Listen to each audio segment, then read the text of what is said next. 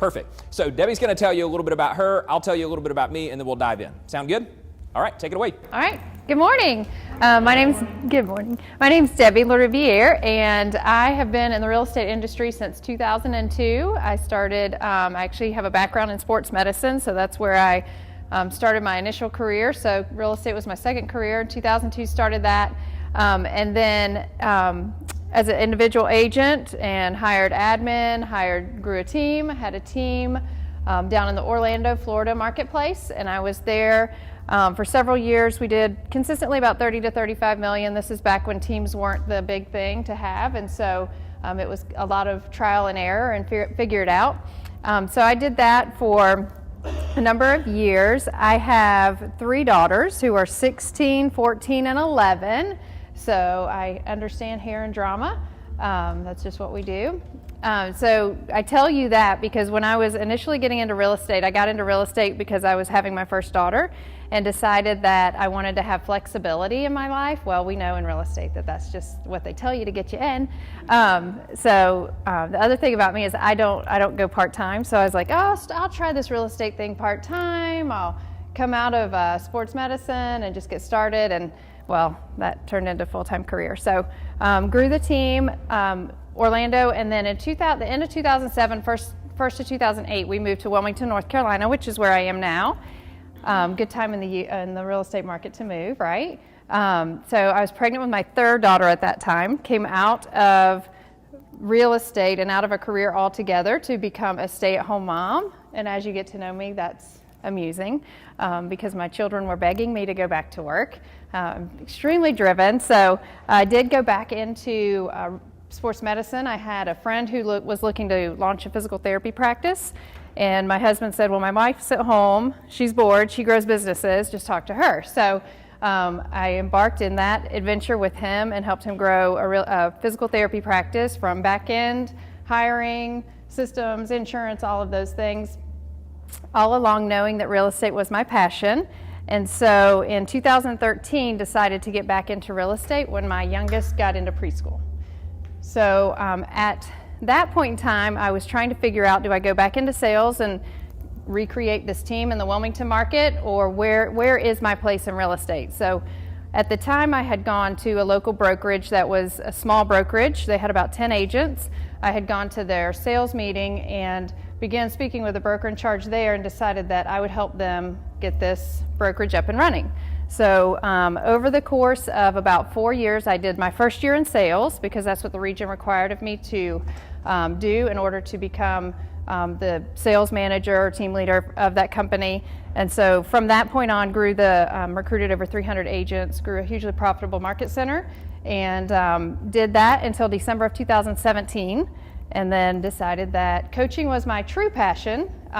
In that role as sales manager, my favorite part is always taking those agents and helping them continue to grow their business, more so at the mid-level agent up to top agent level. And so I wanted to be able to focus on that piece of business, and so that's where Bill and I partnered up, and now working with Middleton Elite Coaching. So to fill in a couple of things there too, here's basically what we do as a partnership. We have a number of other folks. By the way, turn around and say hi to Justin in the back. So Justin is our tech and marketing guy. You'll see him floating around throughout the day. We're videoing this whole thing for you. So in the event that I say one thing smart and Debbie says a lot of smart things, we'll have it on video so you guys can go back and look at it. Let me give you like the 3-minute version of about me, and then the rest of the day is about you. Fair enough? Okay. So I got into real estate in 2008. Awesome time, right? Made $13,000 in my first year, was ready to quit. I was at that point in time what Zig Ziglar used to refer to as a motivated idiot. If you had to guess, what is a motivated idiot? Don't overthink it. I'll lob some stuff up today. You just knock it out of the park. Ready, set, go. What's a motivated idiot? An idiot that's motivated. That's a good start. Okay, what else? Yeah, no real specific goals. I'd come out of 6.5 years as a general manager of a private restaurant group. I was not a stranger to hard work or long hours, so I was showing up working 70, 80 hours a week in real estate, and just nothing was happening. long story short, I ended up joining a large national franchise, sold 61 houses my second year in real estate after I understood training, coaching, accountability, those types of things. And I had an interesting discovery. And the discovery was that I actually did not like working with buyers and sellers. Is there anyone in this room who actually, all right, we'll shut the tape off for just a second, doesn't like working with buyers and sellers? Okay, don't raise your hand. So I became a sales manager for that firm. I did that for about 5 years. Recruited 500-something people over a 5-year period, grew that firm to a top 10 profitability firm in the entire company out of like 800 firms. Was a national sales trainer for 2 years, and then about a year and a half ago, Debbie and I decided that this would be the best fit for us to go start our own thing. We specifically work on coaching teams that are in the process of building, so we call those emerging teams. We coach top-level teams that are doing 400, 500, 600 units a year. We coach independent brokerage firms on how to grow their firms. And we do little events like this, both as a way of contributing to you guys and as a way of working with folks like Tim to add value to you. So we'll weave some additional stuff in throughout the day. However, from this point moving forward, it's really going to be about you. So let's do this. Tim gave you a handout. Just make sure you fill that out before the end of the day, and you can also use that to take some notes on if you'd like. So just turn over on the back of that or in your notebook, either one. Scribble down a couple of thoughts or ideas that you would like for us to cover today that would make this a great use of your time. I'll give you a minute or two to work on that, and then we'll clear it out. Okay, so here's what we're going to do to make this really efficient. The 5 of you right here are going to be a group. I'll explain to you what you're going to do in just a second. So you 5, then you 5 to you, ma'am, are going to be a group. You 5 are going to be a group. And then let's see, we got 2, 4, 6, 7. We'll just put all of you 7 in a group. So here's your topic, or here's what I'm asking you to do. You all wrote down a number of different things. In your group, I'd like for you to decide what the number one most important is for the 5 of you, for the 5 of you, for the 5 of you. So we'll end up with 5 or 6 topics that you guys have sort of crowdsourced and helped us filter. Any questions on the instructions?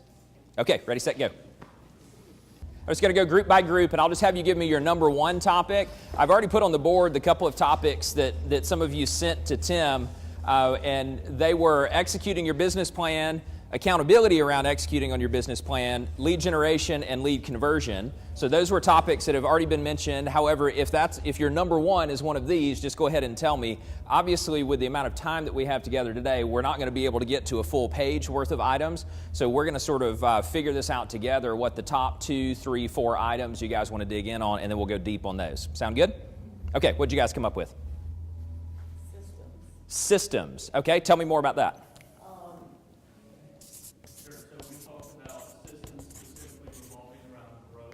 Okay. Most have major teams, so okay. With your experience, maybe speak a little bit to growth as it pertains to a single agent and maybe what you've seen most effective. Okay, perfect. Can I ask a quick question? How many of you have teams? So just 1, 2, 3, 4 on a team. Okay, thanks. Perfect, thank you. All right, let's go right here. What'd you come up with?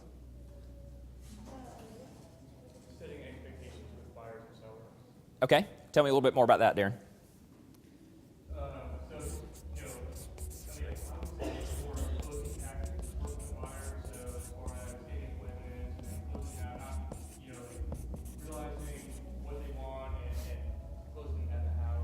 Okay. Working with listings, as the market's shifting a little bit, people are still thinking their house is worth here versus realistically it's down here, so kind of bringing it down to reality. Sure. And helping them to understand that's the best thing for them.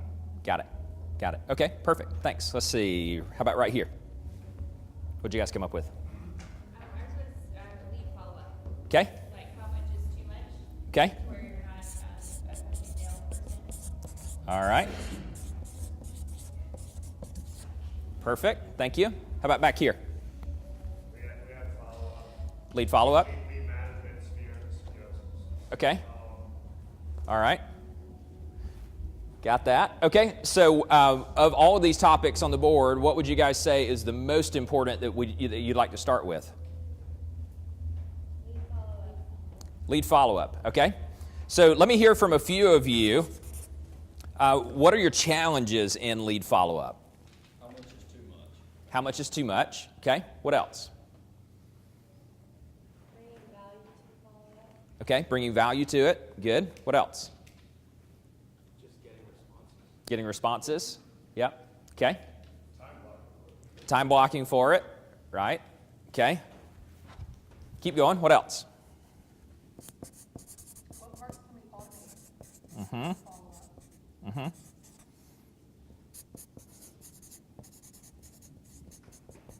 I'm just making some notes for myself. Keep going if you have more thoughts.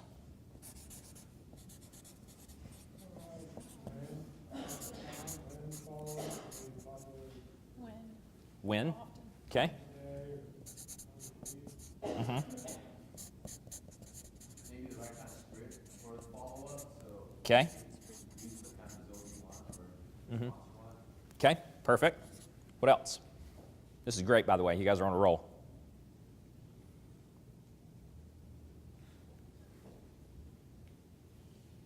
All right, that's a good start. So here's the way we're going to do this. I'll kind of share with you some ideas. Debbie's got some ideas. We'll just sort of bounce this back and forth. We'd like for this to be very interactive, so feel free to ask any questions that you want to around this. We'll work on this topic until we feel like we've sort of teased that out enough with you guys, and then we'll move on to another one. Sound good? Okay, so here's some things I'd like for you to write in your notes. Let me first address the question, how much is too much? I don't think there's such a thing as too much follow-up. And I know we've heard that, and you've heard these phrases like, until they buy or die, or whatever. And if you haven't heard that one, that's a fun one, right? Because from a mindset standpoint, okay, so I'm going to bounce around a little bit. I would say one of the things that's critically important in lead generation and lead follow-up is your mindset first. So we're going to talk mindset, then we'll talk skill set. So here's what I believe from a mindset standpoint. If you believe that you are the best real estate agent to help someone, then you're a lot more likely to follow up with them. So if you haven't yet crossed over into believing that you're the best real estate agent to help them, that's a hurdle to get through quickly. And that could either be there's a knowledge gap that you'd like to build. That could be you just have some limiting beliefs about your abilities or your skills. So get through that hurdle first, and then as you're doing your lead generation and your lead follow-up, making sure that you're exuding that confidence that you are the person who's there to help them. How many of you have ever spoken with a salesperson before? They have called you, and it sounds like, hey, well, I know you probably don't really want to buy anything from me. Maybe, though, you could kind of sort of work with me. Now, I'm being exaggerant for effect, yet we've all felt that energy from a salesperson on the other end of the phone. Yes or yes? Okay, perfect. So making sure that you don't do that. Because even in just the energy or the tonality of your voice, if there's low confidence in that, it doesn't matter what you say. Now, we're going to give you some scripts, and it's going to be good stuff. However, if you don't believe that that's going to work, then it won't. Good there? Okay, so now we go over into the skill and how much is too much and stuff like that. Let's think about pipeline management for leads first. So, Debbie, if you had to say, let's take first an internet lead. What's the typical time frame that these folks are going to need to stay in touch with an internet lead before they're probably going to turn into a transaction? Oh gosh, right now about 12 to 18 months for internet leads. Sure. I would say. Yeah, and we see it 12 to 18 months. We see it depending on the source, kick it out there and then sort of start working it back to today. I think one of the things we see people struggle with is lead comes in today, they follow up with them once or maybe twice at most, and then they say these leads suck. Yep, what is it, like less than 0.5% is now? Mm-hmm. Right. Yeah, Come in. very, very, very low number. Okay, so thinking about that persistence in the follow-up. So if you start thinking about how much is too much, I would look at it and say, if a lead comes in today, I'm going to follow up with them forever. Now, that's an easy thing to say. We'll talk a little bit about the systems behind it. However, what we see so many people do is it's one follow-up, it's maybe two follow-ups, it's an email here or there periodically, and then it's frustration around it. How many of you have ever experienced that? Okay, perfect. Well, and I think a lot of agents too miss the now buyers because they only follow up once or twice. And you have to think about, you guys, when you get a phone call from someone, maybe you were searching online, think of it as from a real estate standpoint, you're searching online and some agent calls you within 5 minutes, you're in your jammies and your fuzzy slippers and you're like, wait a second, I don't want to talk to this person, so I'm not going to give you the now answer, right? It's like walking into the Gap and looking for those jeans that you specifically want and they go, can I help you? And your instant answer is no, right? Or I'm just looking. So I think a lot of times we miss that initial follow-up or that initial now buyer because we don't either ask the right questions, determine their true sense of urgency, or continue to follow up. Because for some reason they raised their hand, just that they subscribed on that website or commented on that Facebook post or somebody shared it with them. It's just, are we asking the right question to determine that urgency? So that's where I see those now buyers get missed because we're not asking the right question to determine urgency. Yep, good point. So I'm going to hit some of these things that you guys put on here or that you gave to us, the time blocking piece of it, and kind of the when and the how often and times of day. So here's what we see. You're going to see an infinitely higher response rate when you do lead follow-up on the weekend. Now, I'm not saying it's not a daily activity. However, particularly if we're talking about buyer lead follow-up, Saturday afternoons and Sunday afternoons, hands down, best response time. And if you think about it, that makes sense. Typically, the buyer or seller prospect is busy 9 to 5, generally speaking. So looking at time blocks on the weekends works really well. We see a combination of phone call, if they don't answer, leave a message, immediately follow up with a text.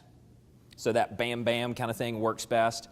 If we're moving off of the weekend, then we see the second highest response rate would be late afternoons into early evenings. Combined, we've been doing this about 30 years, and what we found is when we started sort of talking more about the way that we did business back before we knew each other, we both had time blocks on one evening per week that we were doing follow-up. So if you're not doing that right now, we would definitely coach you to do that. What else what would you add to that, if anything? Yeah, I think that just knowing when those important times are. And then too, you know, there's studies out there, and I'm sure you guys have heard of the Harvard study about calling that lead within 5 minutes to capture it initially. And then it's that constant follow-up. Yeah, but nights, weekends. Because you got to think, if I'm buying a house, chances are I work, right? So greater response in text messages recently. You know, obviously make that phone call too. They want to hear your voice. They want to know who you are. At the same time, make sure you're sending those texts and text follow-ups consistently too. Again, with email, most people don't open emails. So even if they're not answering your calls, but you see that they're still looking on your site, Mm-hmm. they're still logging in and searching homes, Right. but they're not answering your calls. Right. Like, how often then, and what kind of follow-up? Like, what kind of messages am I leaving? Yeah. sure. Yeah, great question. That is a great question, yeah.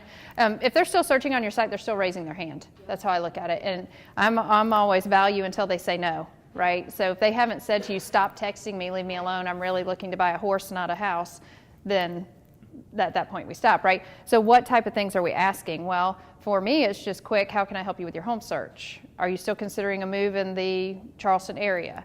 I saw this great house and thought of you based on your search criteria. And it's real quick blurb. Call me on the weekend from this time, or I'm happy to call you on the weekends. What's the best time to connect with you? So they're just real quick text messages that way if you're leaving the message too. I'm like everyone else in this world. I will take my phone and look at a text and read it. And if it's short, a lot of times I can quickly answer it.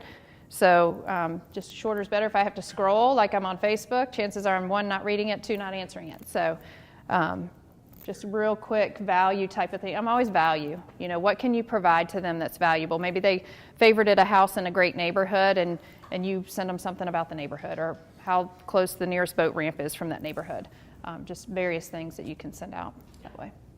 Let me give you 3 things. Talking about value, let me give you 3 things that I think if you're not doing them, you'll see your conversion go up because of what you're offering them. So I think about, let me give you 2 sort of illustrative stories first.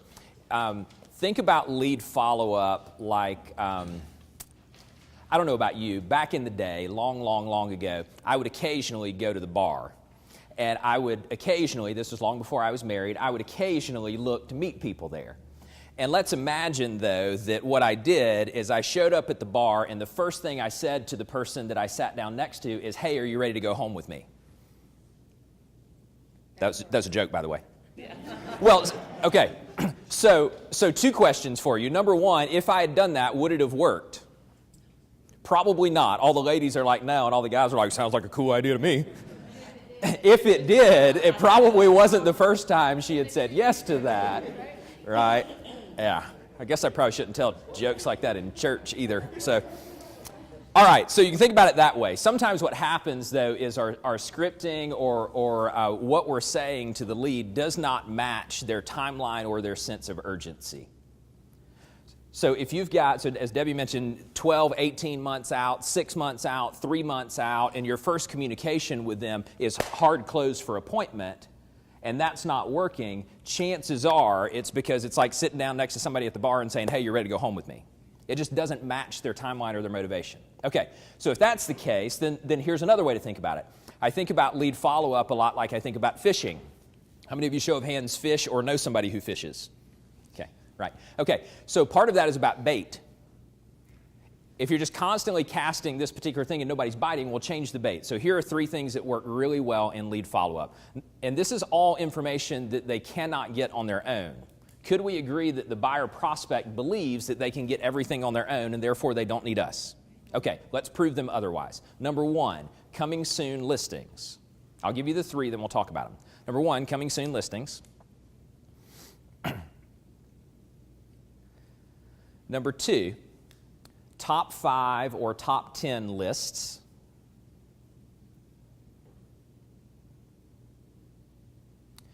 Number 3, curated listing alerts.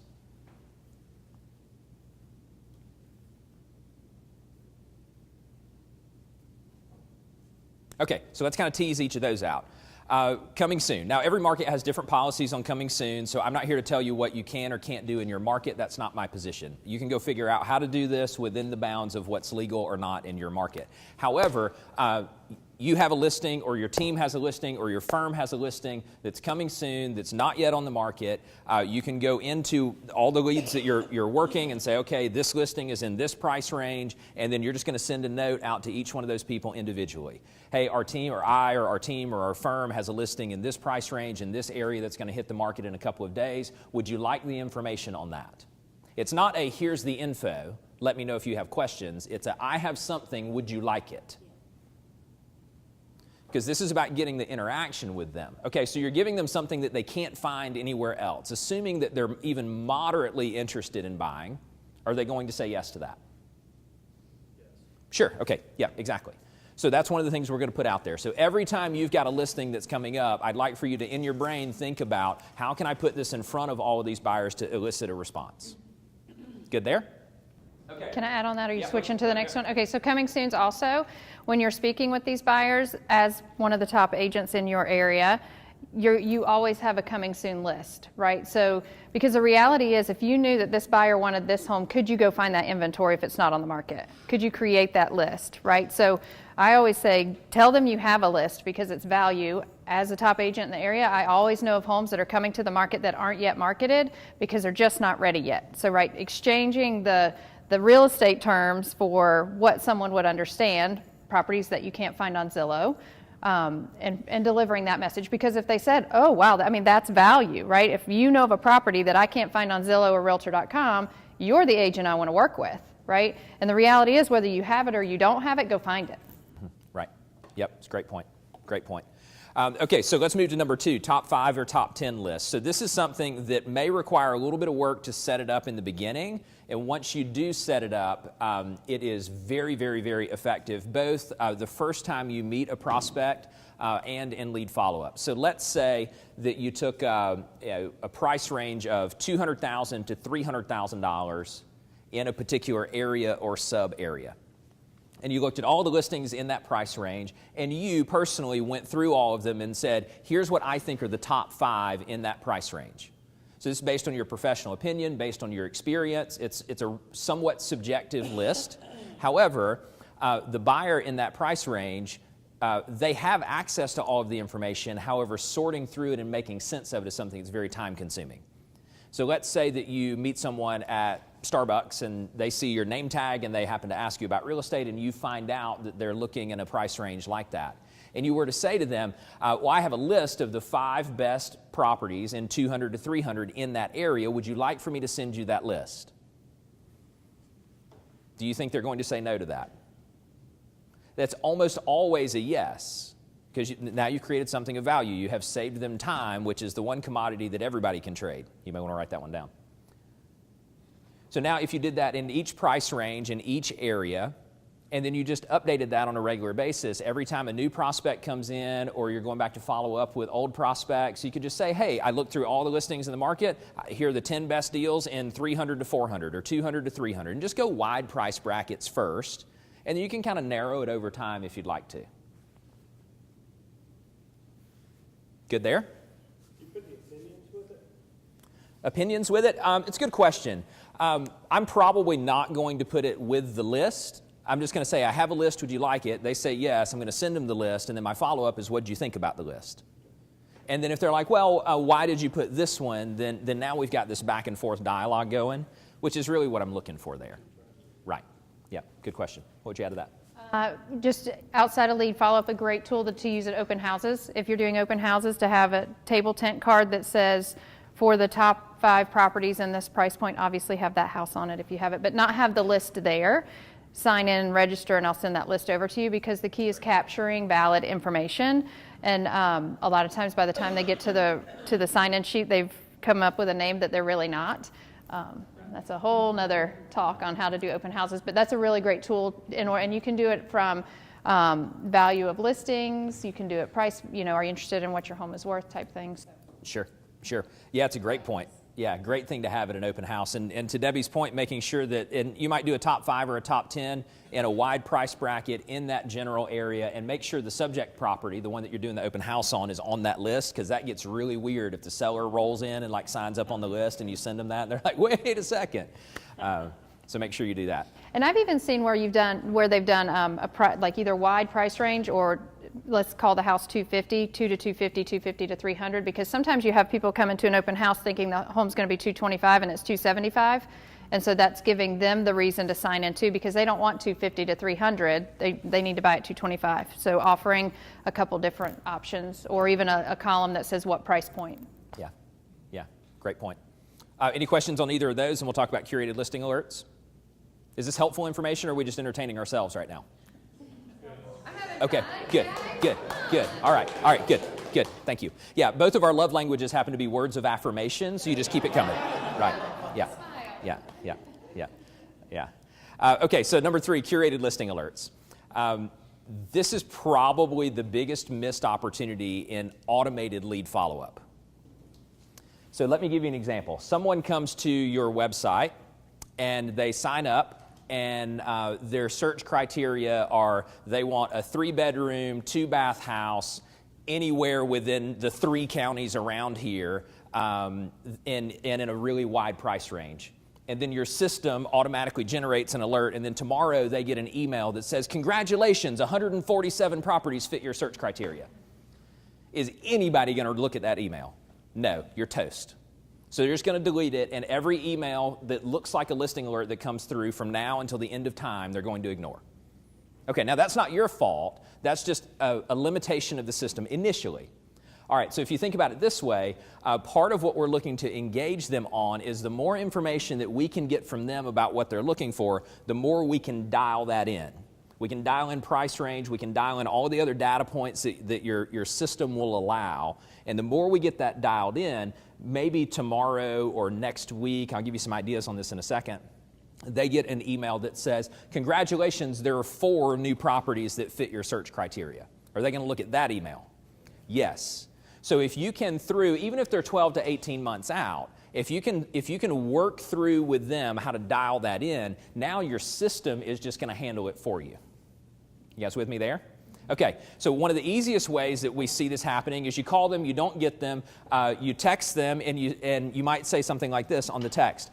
To make sure you receive only the information that you're most interested in, what are the top 5 things you're looking for in your next house? Or the top 3 things? I am a big fan of numbered lists. Number 1 is it's easy to organize in my brain. Number 2, it's really easy for people to answer. So if you go open-ended with a question on a text message, you're probably not going to get a response. So if it's like, what are you looking for in your next house? It's like Debbie was talking about. She sees that question. Is that a short response or a long response? Probably a long one, so it's like, not going to pay attention to that. So if you ask them for the top 3 or the top 5, you've caused them to kind of focus in. You're a lot more likely to get a response there. And you can go back and forth on that, like, okay, what else? And just kind of play that game. And dial it in, automatically generate a listing alert for them or manually do it, and then follow up with them. Hey, you just got an email that said there are 12 properties that fit your search criteria. Take a look, let me know what works, what doesn't work, so that they know that your primary objective here is to send them something of value in real time. Anything? I think we get hung up on what they set up in their portal. And that's where we focus our energy on thinking that that's truly what they want. And so it goes back to that text message buyer consultation kind of thing. You know, what are the non-negotiables? The other thing is when you look at, they're looking through properties, another great question is, have you considered building? Would you consider new construction? Would you look at a lot? That kind of thing, so that they know that you're thinking outside of the box and not just based on they set it up for 250 to 300 and what does that really mean? So drilling it down so that you're sending them the right properties. Yep, definitely.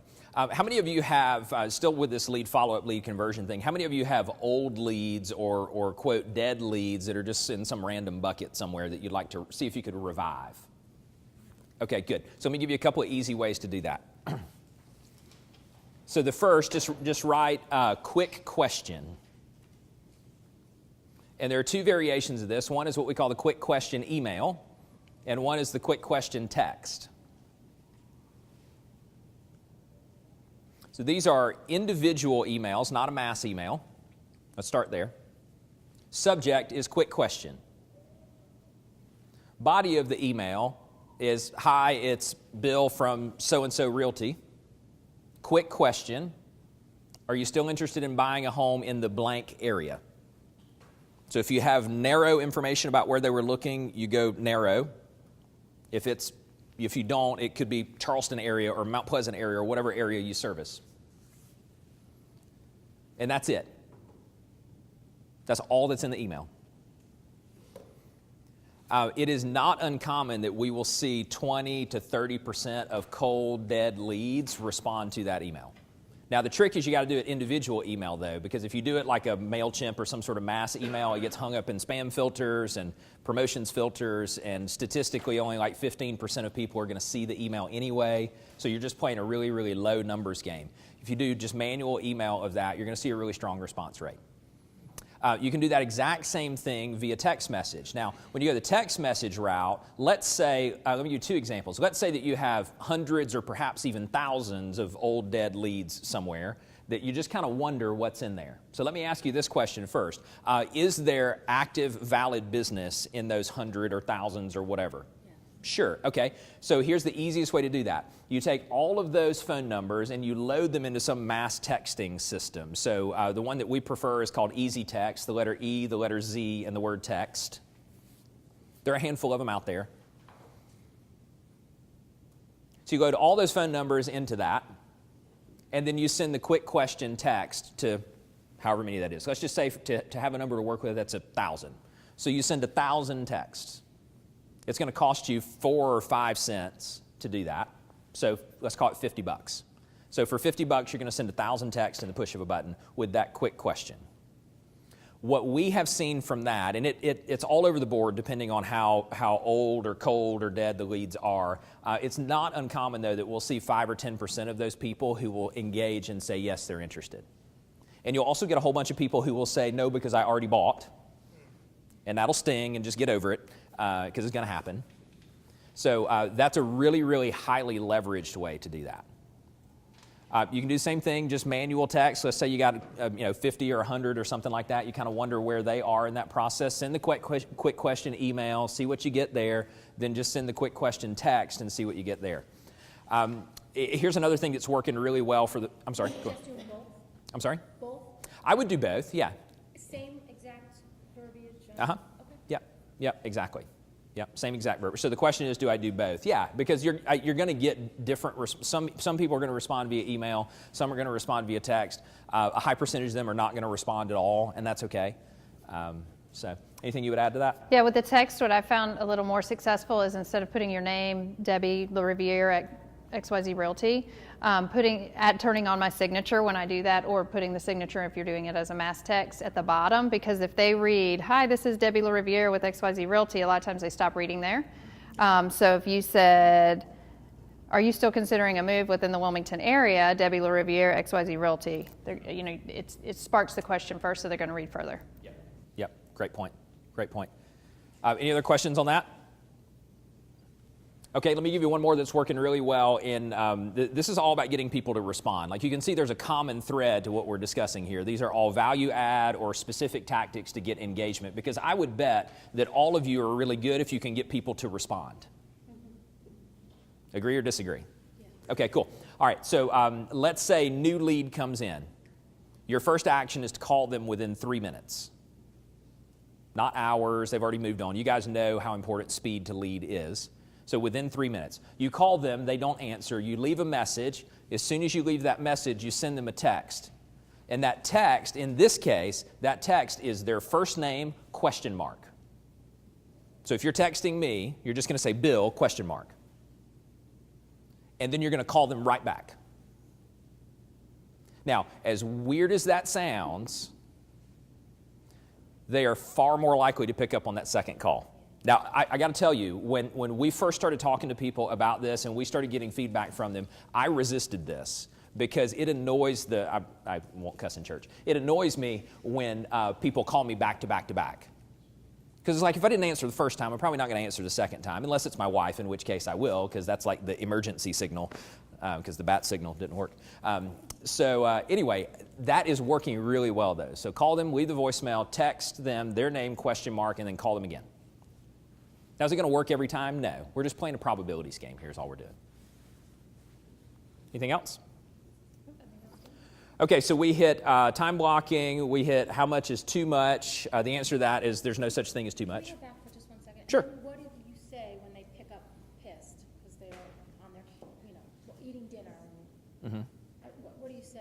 Like, what's so urgent about your call? Yeah, okay, great question. So the question is, what do you do when they answer pissed?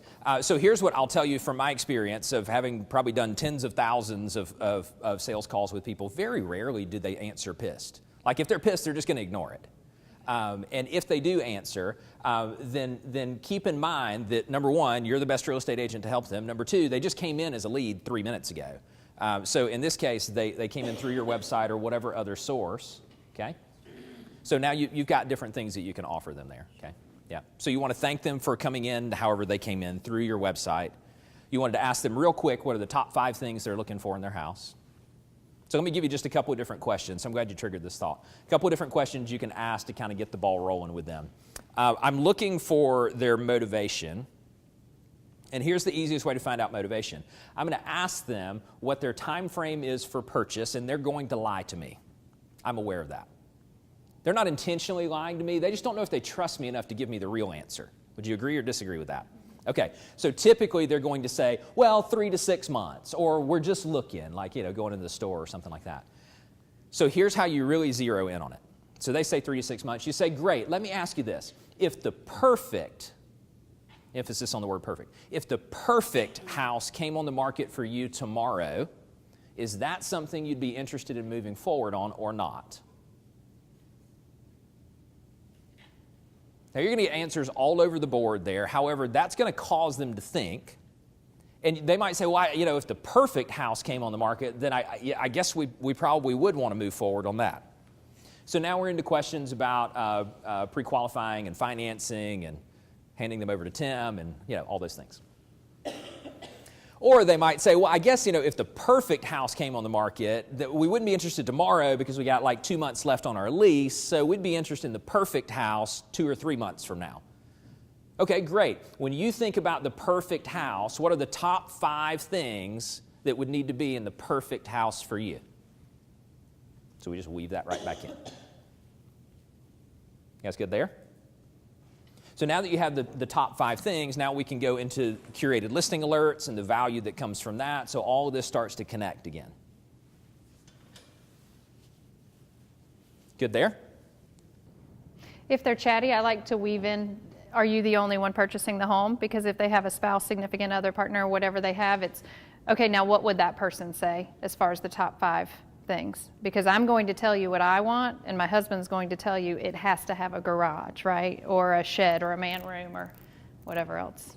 Place to store the fishing poles. Right. So you have to be able to open the gate and pull the boat in. That's what's the big thing. Okay, anything else or any other questions on lead conversion or lead follow-up? Yes. Yes, please. What if you don't have time within the first 3 minutes to follow up with that lead that came through your website or came through something if you're in the middle of doing something else, or it's just not a great time to actually have that conversation? Do you have a script, let's say it takes you like the following day, if that day is just insane? Right. I mean, is there a different way to word it? It's, hey, I noticed you did this yesterday. I wanted to follow up with you today. I mean, do you follow the same exact script, or is it something different? Yeah, good question. So the question is, if you couldn't hear it, what happens if I can't get to them until later? So I'm going to give you all an answer that you may not like, and then I'll tell you what to do if this actually happens. My first answer is, unless you're like at a birth or a funeral or sleep-in, or in this class. And you know what? I'd actually be okay with it in this class, because some of you are texting right now. You're like in the iPhone prayer position. So, yeah. We'll give them a benefit of the doubt. So I think just speed is so important in this follow-up game. And I'm not saying you have to ignore everything else for a lead that comes in. I'm not saying that. However, to the extent that you can get to them fast, it's just massively important to figure out how to do that. Now, let's say, though, that you go into tomorrow and you weren't able to get to them. It's going to happen from time to time. I wouldn't apologize for any of it. I see people do that a lot in lead generation and lead conversion. They're like, so they'll call their sphere and haven't spoken with them in 5 years. And they're like, oh my gosh, I'm so sorry I haven't talked with you in 5 years. I would encourage you not to apologize in lead generation or lead conversion. Just do the activity. They don't know that you haven't been doing your job, so it's okay. And then on the follow-up piece, it's just hey, thanks for stopping by my website yesterday, and then you're right into the same play that we just described. Yeah, thank you. Good question.